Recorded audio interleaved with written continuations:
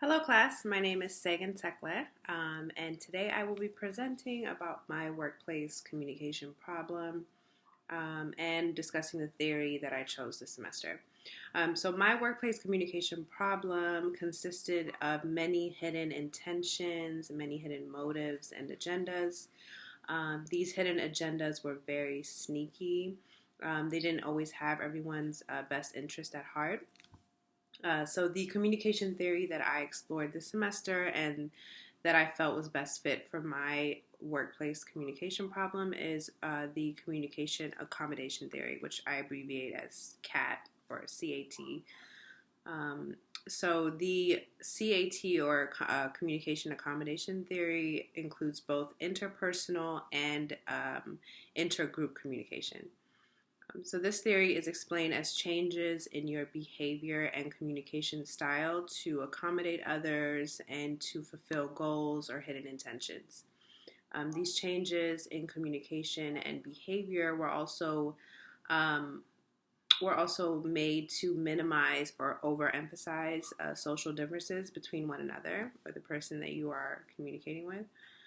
Communication style changes and over accommodating is goal centered behavior in the sense that this behavior is driven by a particular motive. So in my situation, there was one person in particular that stuck, that came to mind for this semester or this theory. And that was my lead teacher at the time. I was working at a preschool as a teacher assistant. And so my lead teacher at the time would basically always go out of her way to communicate and hold conversations with the director, which was the boss of everyone. She oversaw the entire department. So with everyone else, she clashed with most people. She was very unlikable, pretty cold overall. She carried a demeanor as if she were like better or more knowledgeable, smarter, just overall a better person than other people. Very demeaning. So she basically also would always offer a helping hand and make suggestions to improve other people's work. However, with my director, she kind of praised her and always agreed with everything she said. And her behavior and communication would drastically shift in the presence of my director compared to those of others or everyone else she worked with. She would appear happy, bubbly, open, hold long, drawn out conversations about personal life or new ideas for work or how she can help others who are struggling with their responsibilities, help the new people that came into the staff to kind of, I guess, feel superior or feel like as if she's on her level of status. Communication accommodation theory can help us understand these hidden motives and intentions through specific communication styles by observing people and how they communicate and observing how people communicate with those of higher positions or statuses at work versus those of lower statuses or equal statuses to kind of understand the difference and figure out where they're going with their intentions. Communication accommodation theory can be used to resolve other communication problems aside from the workplace.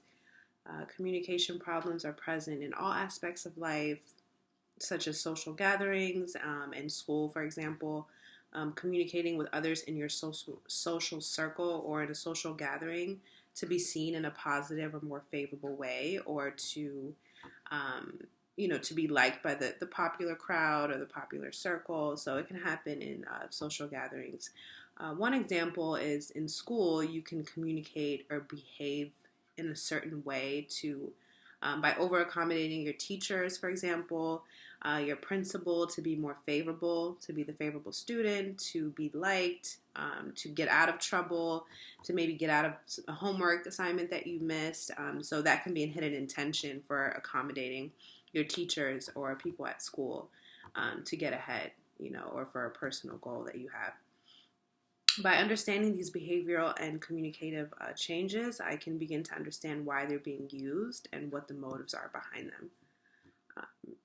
Whether it's in school or social gatherings or in other settings, those of authority communicating with others can find more effective communication strategies that will be more effective to, or be more useful to maintaining a healthy and positive relationship.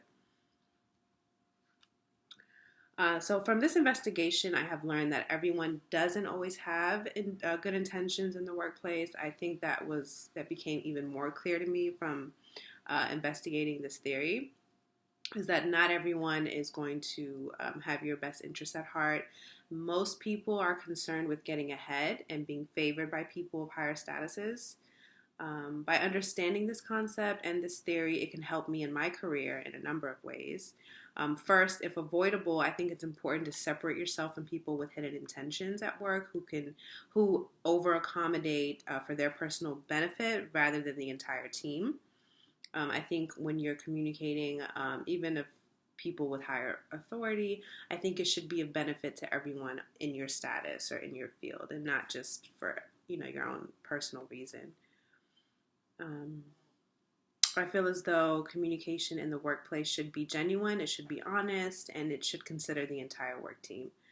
If I were in a position of leadership in my career, I would understand it's important to observe people's interactions at work with one another, observe those who interact with myself, to understand what goals people have and what their true intentions are. I think it's also important to use the CAT model, or communication accommodation theory, as a model for how to communicate with your colleagues to avoid tension and without interrupting the flow of the workplace. Communication accommodation theory has helped me personally understand why people behave and communicate in specific ways when it comes to verbal communication, nonverbal gestures, mannerisms, body language. It helps me to understand where they're headed or what their true intention is. You should never favor or want to become closer to someone because they can be of personal benefit to your status at work. I think you should communicate to benefit everyone as a whole. I think if you are communicating for a hidden motive, it comes off as very sneaky, and it creates division at work. I think I will use what I learned and apply it to my future career by finding healthier ways to communicate to prevent these issues and a kind of a segregation of groups in the workplace, or cliques in the workplace, as people call it. What I've learned from my own communication style from completing this investigation is I myself naturally tend to change my tone and mannerisms and communication at times in the workplace in the presence of my boss or those of higher authority. I think it's just a natural way to kind of behave in the presence of someone of like a higher authority than you, but it doesn't really come with hidden motives. I think it's just a natural way that I act. I did learn that about myself. I also learned that I personally have great, communication skills when it comes to interacting and engaging with everyone at work, regardless of your status or position. I look at all my colleagues the same. I think that we all have a role at work, and everyone should play their role to have a healthy flow in the workplace, rather than trying to befriend or become closer to certain people of certain statuses. It just creates an unhealthy dynamic at work. I can always work on being more open in the workplace. I think speaking up about certain things that bother me, such as my lead teacher being very unfriendly with everyone, but friendly with my boss. I think speaking up about things that are interrupting the flow at work can be something I can work on, because it will benefit not just me, but everyone else who feels the same way as I do. I think overall, you should be transparent and genuine without being selfish and only focusing on your personal status at work. And finally, I think understanding communication in organizations is very important for a number of reasons. According to a study in management, or by Management Study Guide, effective communication is significant for managers in the organizations to perform the basic functions of management, such as planning, organizing, leading, and controlling. Communication can either break or make your organization. I think healthy, effective, and transparent communication creates a very balanced work life for everybody, or flow. Overall, effective communication serves as a building block for successful organizations. So that is all, and thank you everyone for discussing all the discussions and everything this semester. It was really nice to get to know everyone, and I hope you guys have a great day. Bye bye.